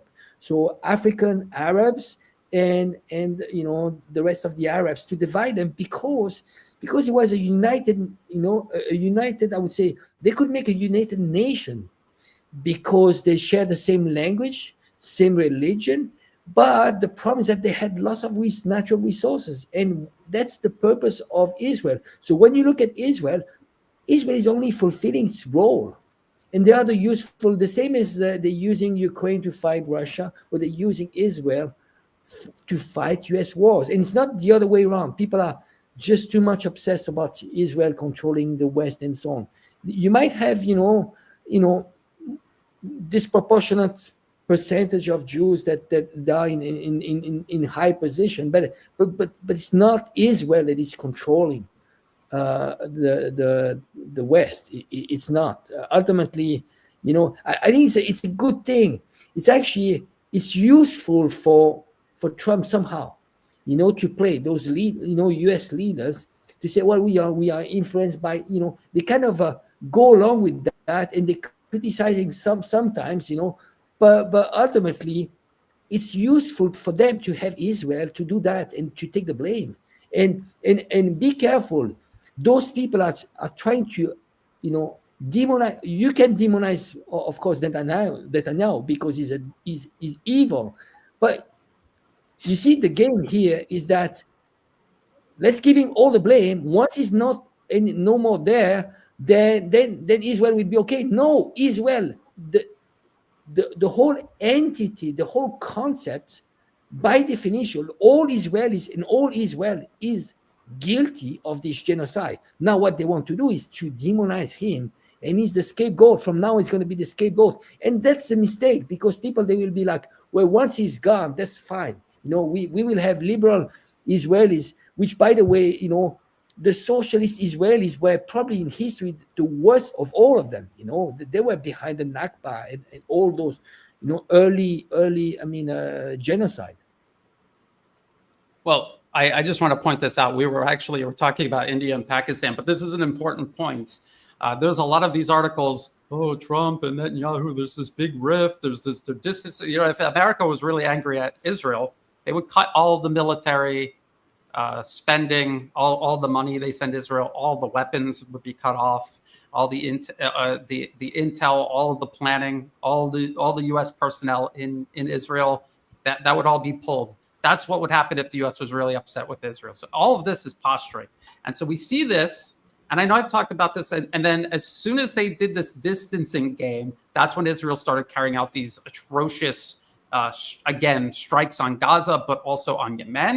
And I just want to point this out. It's spelled out explicitly in this 2009 Which Path to Persia paper. They're talking about having the Israelis carry out the strikes themselves with the expectation that both international criticism and Iranian retaliation, or any retaliation at all, would be deflected away from the United States and onto Israel. That is the game that they're playing. They're spelling it out for you. People refuse to read this paper. I've had people say, it's written by Jews, it's written by Zionists. They're talking about using Israel as a tool to advance U.S. foreign policy objectives. People need to wake up. They need to get past this hatred. And India and Pakistan, ironically, is very similar. People get so deeply divided over India, Pakistan, over all kinds of things, and they don't just try to see through it, what is happening. The only one that is going to win a conflict between India and Pakistan, however big or small the conflict is the United States, because these are weapons, resources, money, human lives being wasted in conflict that should be spent instead on development, and on the development specifically of multipolarism. And anything else is a distraction away from that. That is the imperative for everyone who wants a better life for themselves and the world around them. That is what they need to invest in. All of these conflicts that the U.S. is encouraging, and again, you look at the people in India and Pakistan that want conflict with one another. These are all the same people you will always see connected to U.S. foreign policy on both sides. So just keep that in mind. Don't get into, oh, Pakistan's using Chinese weapons, they're Chinese allies, so I'm on their side, and I don't like India, or India likes Israel, so they're friendly with Israel, or India is friends with Russia, so I support them, and Pakistan not so. Don't play those games. See through. Brian, see through. Another thing that Trump did, remember, he actually claimed he was behind the peace agreement, yes. The ceasefire agreement. Yes. Just look at, if people had an ounce of brain, just listen carefully to the declaration of the Pakistani side and the Indian side. Now, if Trump was behind a ceasefire, of course they would mention him. They didn't mention him once. And people still claim, oh, you see Trump, what he did. This is all people, alternative media. They say, see what Trump did. He did a good thing. We need to have him for the Nobel Peace Prize. I'm like, no, he's claiming something that he doesn't care. And ultimately, he was, as you said, Brian, the US and the military-industrial complex would be winner out of this. And who's losing out of this? Multiple award. China, Russia. You would have put actually China and Russia in a difficult position. Russia supports more India, and you have China supporting more Pakistan. But keep in mind, it's not really supporting. The concept of support is not the concept, unconditional like NATO in the West. It's pragmatic. We help each other, and if there are things that we can do together, but it's not like you're either with me or against me. And we can see the U.S. is desperate to not just put a wedge between China and India, but try to tip off some. Their wildest dream is having India wage some kind of war against China and have a billion people versus a billion people, and just destroy everything across Asia in this cataclysmic conflict. And we've seen India and China actually making a lot of progress, repairing their relations. India is already, if not the biggest, their biggest trade partner either is China, or either in imports or exports are very close. So they want to desperately put a wedge between India and China, and precipitating some sort of conflict between India and Pakistan utilizing Chinese weapons. And just imagine all the type of left, right people we see squabbling with each other in the United States. You have people like that in Pakistan and India that just eat it up. And it's like a tinderbox, and they're lighting a fire, and they're trying to fan the flames and consume everything. So we have to be very careful. Like I said, just got to see through all of this. Okay, we're almost done. And if anyone has to leave for any reason, by all means, because when it comes to questions, no, you don't have to stick around. Why did the West continue to antagonize Russia after it abandoned communism? Wouldn't it make more sense to ally with Russia against China? People are not understanding this. It's a good question, but it's not about communism. It's not about capitalism. I just told you that the U.S. government takes public money and it just hands it to private corporations. It socializes the risk for corporations, privatizes all of the profit. So they're not against, communism in the sense of using state resources for private people. It's just very specific people, not everybody. They did it because they were absorbing Russia. They were trying to take over Russia. President Putin and the people and the interests around him took the country back. They refused to be subordinated to the United States. The U.S. has no allies. They politically capture you, or they will fight trying. Those are the only two options. They're not allies with anyone anywhere on planet Earth. And so that partnership was never a possibility. The Russians refused to be subordinated, so this is why there's conflict. And it's the same thing with China. They tried to politically capture China. They failed. That is why there's this conflict. Not because Russia and China threaten the United States, but because the United States insists on subordinating these two nations, and these two nations naturally, as is their right, refuse to be subordinated. Brian, I have an analogy. Remember when it was in Burma, in Myanmar, when actually Aung San Suu Kyi, she won, and basically there was this task force. And inside the task force, you had George Soros, they were all like literal white guys walking around Myanmar like viceroys. Yeah, how are we going to liberalize and completely control, natural resources, absolutely everything. Until what? Until the military stepped in to save the country. And I feel bad to say that. Intuitively, you would say, well, the military, well, that's dictatorship and so on. No. Well, those guys, once they hijack your democracy, they are going to go in and they're going to take everything they can, absolutely everything. They're going to take the land. You're going to pay pennies on the land. You have no more country. Your sovereignty is gone. You forfeit. But once you forfeit your democracy, then they're going to go into how are we going to grab absolutely everything until the military had to step in. And that's why many countries, why the military are so strong. And you can criticize some regime, some system we might not like completely, but it's a buffer. That's why you have the same in Thailand. In Thailand, you have 1/4 of the votes. You need 75% of approval. Correct me if I'm wrong, Brian. But in order to change the constitution, you need to have 75% of the Senate, the chamber, to change the constitution. But 25% is in the hands of the military, so they have de facto the veto power. And those are important, and that's why you have also the king that has a word into that. So this is why people they get like very superficial. They don't understand that sometimes in some countries the military is actually there to protect democracy. It's very counterintuitive because democracy is a process of self-determination. If you vote, but ultimately the decisions are made in Washington, you're not a democracy. So that's why Ukraine is not a democracy. That's why a lot of those countries are puppets. And it's counterintuitive. No, you need to have a dictatorship in order to regain control of your sovereignty, because sovereignty is above all. The first precondition of democracy is sovereignty. After putting a ballot, it makes me laugh when people say, oh, well, we put a ballot. No, we don't. In the EU, you don't have democracy because decisions are made in Brussels and it's controlled by thousands of lobbies. Macron is not much, you cannot do much decisions. And we saw in Ukraine, you had von der Leyen, she's not supposed to take decisions for Europe, but she was doing foreign policy. So foundation. And I think most of the work we do, Brian, we've said it many times, is about sovereignty. That's why people are so confused on ideology. I respect leaders that actually are going for their sovereignty. This is why I might not agree with Orban, for example, but Orban is trying to fight for his sovereignty.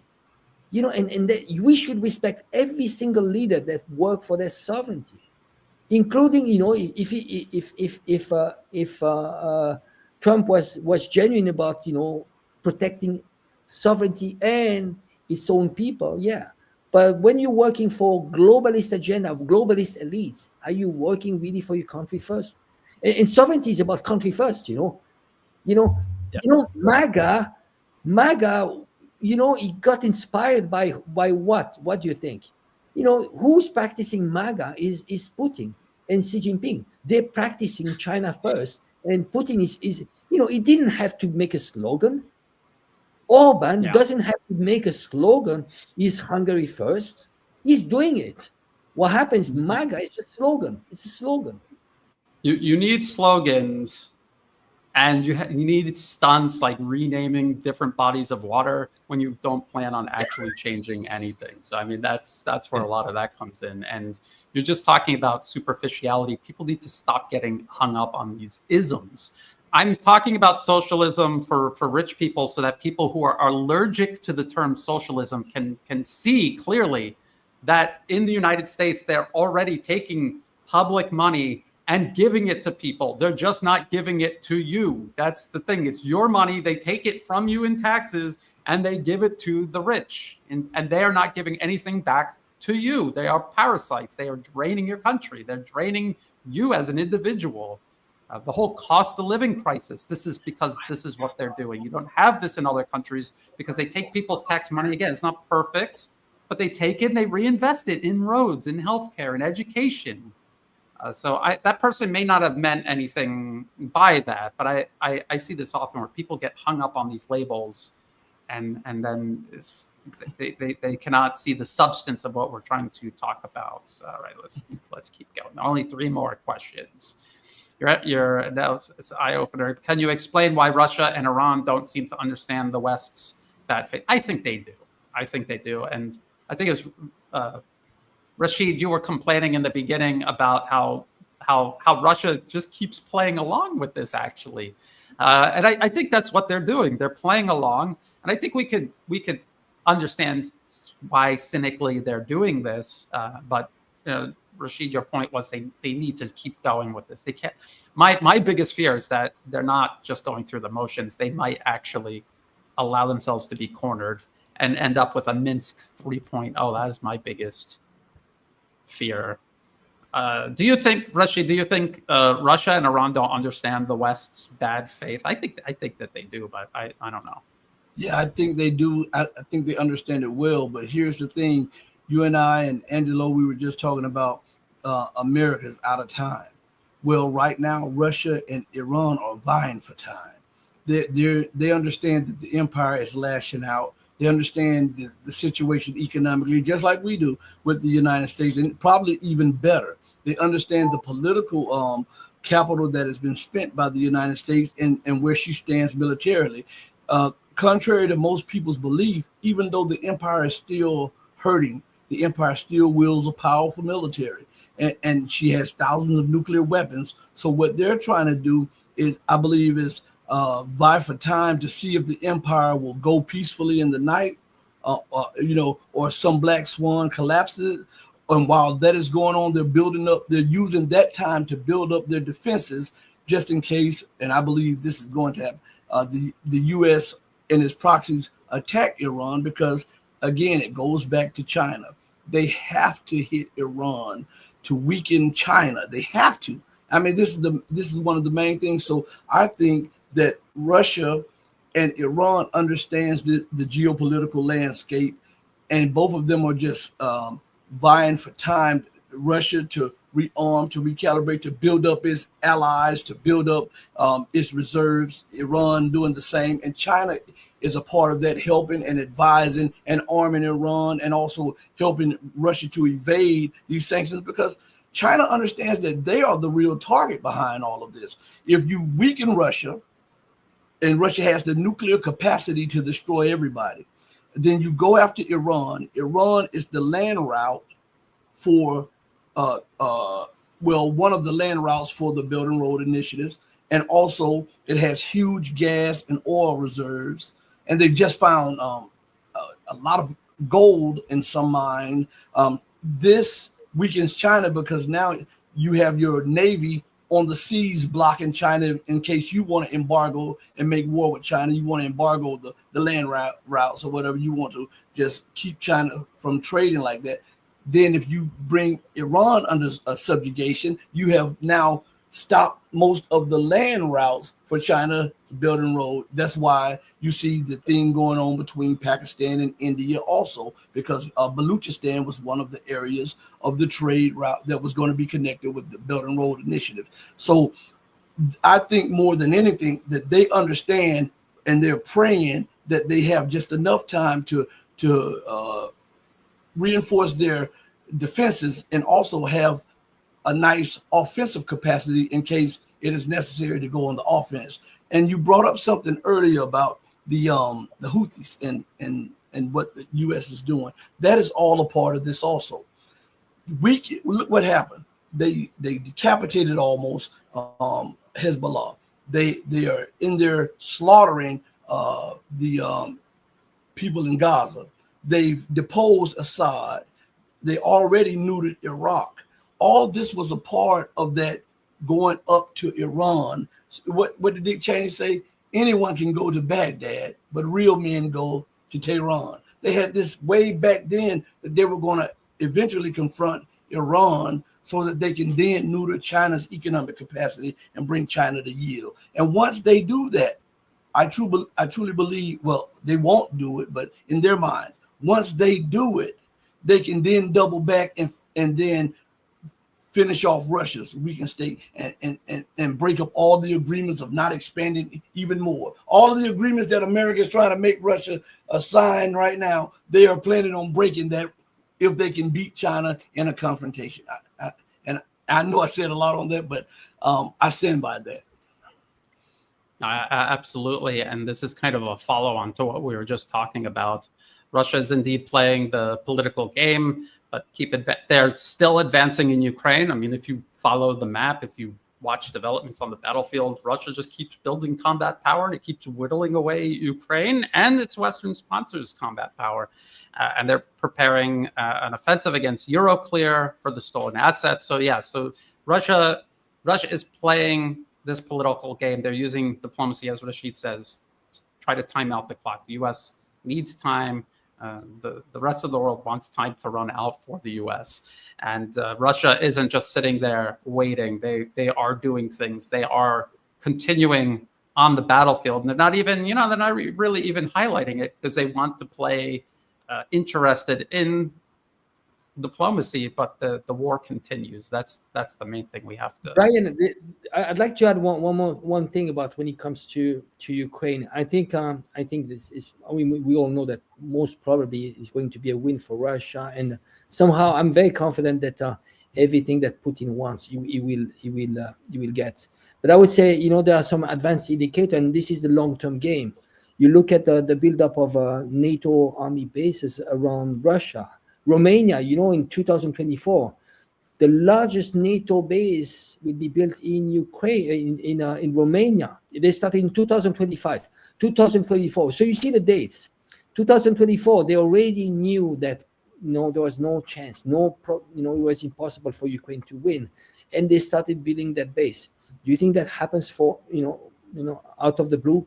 And in addition to that, they made sure that the candidate that was actually against this army base, what would not run for election. And now Simeon, I would say that he might pass, he might actually win, but he's going to make concessions, and and agree on having, this huge presence of a NATO army in Romania. So this long-term game is just out there. You can say whatever you want. Trump, he can say whatever he wants. We want the US out of NATO.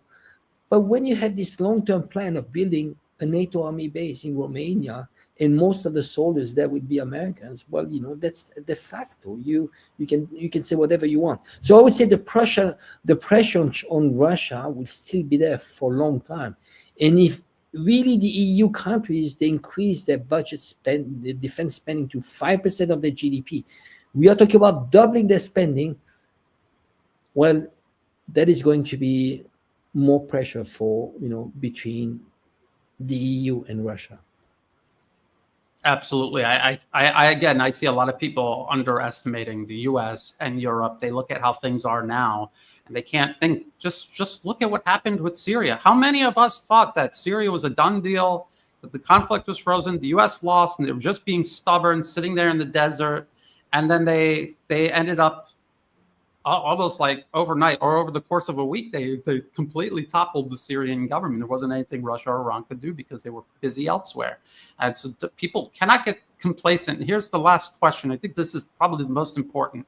How do we defund the billionaires? Now, look, China has billionaires. Russia has billionaires. There's billionaires everywhere. The specific billionaires we are talking about are the parasites in the United States that are controlling the US government. The people, the majority, the best interests of America should be served by the US government. The US government instead serves these special interests at the cost of everybody else in the country itself. This is why the people, this is what they're talking about when they say deep state. And so how do we defund them? These corporate financier monopolies that have controlled the planet for decades, if not generations, multipolarism is already, in a way, defunding them. They are creating alternatives. You had the US, they had all of these industries and institutions, different types of companies, China, Russia, here in Thailand, people are making their own alternatives, and they're displacing these US monopolies or these US European monopolies from their markets. Well, the market is getting bigger. Maybe the West, their market is getting bigger every single year, but the market is just ballooning and everybody else is getting a larger and larger share of it. So there's a distribution of power and wealth now.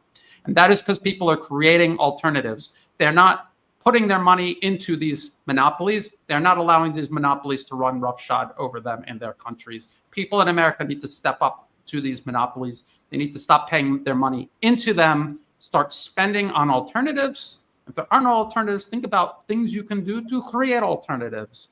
And a lot of people will say, well, it's just I'm just one person, and maybe I decrease my spending on these corrupt corporations by like 5% every month. This problem wasn't created overnight. It's not going to be solved overnight, but it was created by these monopolies attracting money, time, and attention, energy from millions and millions of people for years and years and years, and has created this problem. It's going to take an equal but opposite effort to undo it. And so multipolarism, for those of us who have been following this for years and years, just think about BRICS when it first began and what we imagined it would become and what it is now, the amount of time that it took for this to be achieved, which is a long time, but it's actually happening much faster than I thought it would.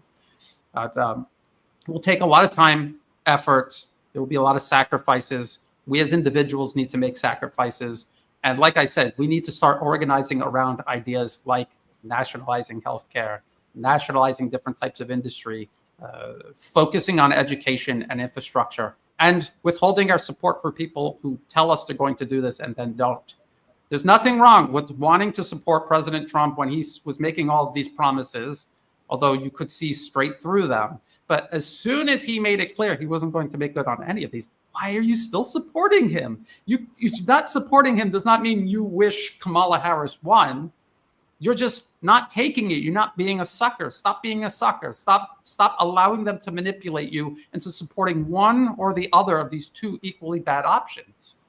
So maybe in the future we could do a whole episode on solutions about, like I could tell you all kinds of stories about here in Thailand, alternatives here, everything from food to, I just told you about the healthcare, housing, everything. The cost of living here is so low. Everything is practical. Thai people are practical. There's collectives in, with the farmers do collectives and all kinds of brilliant solutions that really work, that American people could start exploring. And you don't have to solve it overnight. You got to start somewhere. Stop doing the same thing you've been doing, because it's obviously not working. Rasheed, and then Angelo, do you have any closing thoughts about this question and the general idea of solutions? Well, I don't think the acquisition of wealth is a bad thing if it's acquired through legitimate and non-evil ways. I believe that people get it twisted when we call out the billionaires because they can do more. But we have to understand that the reason we call out a lot of the billionaires is because they've acquired their billions through deceit and lies and through theft and through privilege and all of that. And then they use that to build more wealth at the expense of the average person. That's one of the main reasons why we call them out. So to have wealth, I'm pretty sure everybody in here would like to acquire a nice amount of wealth, but to have wealth, get it the right way, because everything that you get, if you get it wrong, it's not worth it. Try to be right, get your heart right, treat people right, look at people as humans, treat people in a humane and a godly way. Stop imposing your narrow views on other people, and maybe we can grow, because it's all about growth. You stymie growth when you box yourself in. And when you box yourself in with limited information and prejudices that you've had over here about this, we've got to get past that, because if you don't, these billionaires will continue to fleece you. And look at Elon Musk, what, $300-500 billion. You can't spend that amount of wealth in a lifetime. So what's the use of acquiring that amount of wealth just to sit in a bank? You can't take it with you when you go. How about you invest in people, invest in education, invest in technology, that people that have no ability to access technology can get. Look at what the Chinese have done. They took 850 million people, the population of Europe and the United States together, and from being what the West termed, quote unquote, peasants, as they say. And I'm not offending the Chinese because I'm not calling them peasants. I was just quoting what the United States was saying, and move them to the middle class. The people that are still in rural areas now have access to technology. What's so wrong about looking at, even if you dislike China, even if you dislike communism, what's so wrong about looking at the things in communism and the things in China that worked for the people, and then taking it and giving it your own a twist to it to benefit you and your people? What's the matter with that? Well, Rasheed, you're touching on a topic that I always bring up, and it's purpose over profit. There's nothing wrong with making profit as long as there's a purpose to it, other than just pursuing profit. Because if all you're doing is pursuing profit, you become like a disease. You become like a parasitic disease that is just taking. It's not giving anything back. It's not even thinking about what it is doing. And then when it runs out of hosts, it runs out of resources, it collapses like a house of cards. China, there's a purpose. They have common prosperity. And this is the idea of, there are billionaires in China. They have to be part of the program. There is a whole nation. You have to contribute to the interests of the entire nation. There is a purpose. It's to create a better life for everybody in the country. And I don't think that how could you be against that? How could you would you be against America creating a society that is the best for everyone living in it? Is there something wrong with that? And I think, Angelo, you were the one who always brings this point up, that China constantly looks at other nations and what they're doing, and they take those ideas and they incorporate it into what they're doing. It's not as people imagine, oh, China's communist. It is a blend of different things. It is not just communism. A lot of people who claim that they're communist would argue that China isn't communist at all. And you could have a whole argument about that. They have free market forces working. They also have nationalized industry, and there's public money that they spend on everything. So it's a combination of things, and they're very practical about what works and what doesn't, cut what doesn't work, keep doing what does work, keep looking for other things that might work better. Angelo, any absolutely. closing thoughts on this? I would say for people, what the most important thing, I would say the first step is consciousness in general. So basically, getting the information, trying to work, I think it's about empowering people. And I think we have, very small contribution here by doing those shows, trying to, on our scale, on our level, just to contribute to the discussion. But I would say it starts at the local level. And education, because this is what the system wants to do, is to make us zombies and just and brainwashed.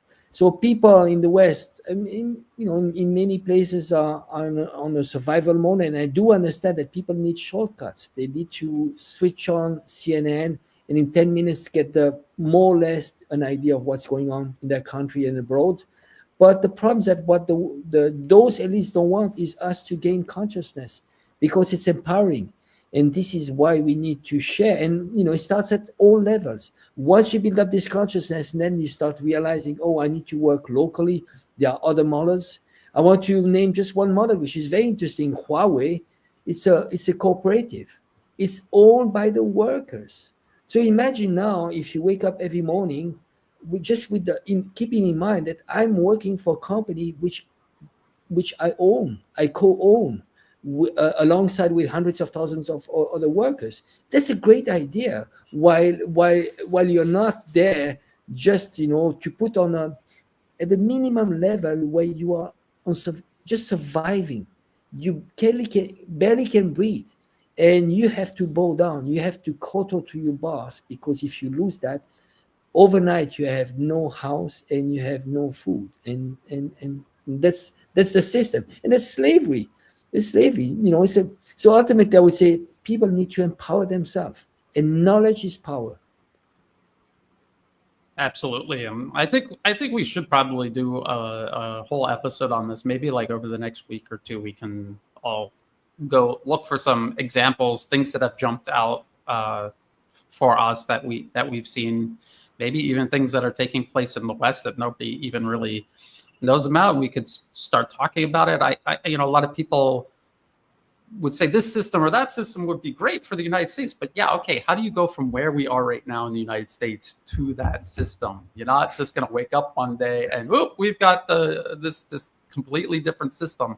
You have to account for these special interests who are more than happy to kill and plunder to maintain their power. They're not just going to let you displace them. This is why we see these wars all around the world. They are fighting tooth and nail against multipolars, and they are laying waste to entire nations. Entire nations are being destroyed in this battle between U.S. primacy and multipolarism. So you have to think a lot about that, and also you have to be extremely patient.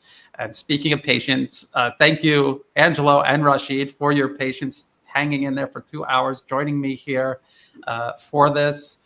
Thank you, everyone who tuned in live. I'm going to put Rasheed and Angelo's information in the video description below, so you can find ways to find and follow them. We don't do super chats. I don't do super chats. Rasheed, I think you do. You do live streams throughout the week. People go check out his channel. He has guests there. Sometimes I go over onto his channel and